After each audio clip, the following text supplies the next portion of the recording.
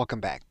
In addition to the content creation elements, Jasper does have some interesting elements that you can use in order to respond to different things that require content-based answers. You can see here that one of the templates that you have available is going to be one for Quora answers. We're going to click inside of that area. And we're going to be given 3 prompts. One, we need to write in the question that's being asked on Quora. Now, assuming that this is going to be a question that we are going to respond to on Quora, what we want to do is write the question into this area. What you'll then need to do is to write in information to include in the answer. You'll then want to write in the tone of voice. You'll want to determine the number of inputs that you want. Once you do that, you can then click the Generate button.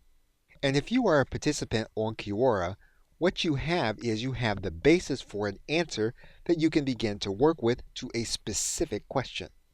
You can downvote some of the answers, and you can upvote the answer that you want. You can also copy the answer that you want into your favorite word processing software.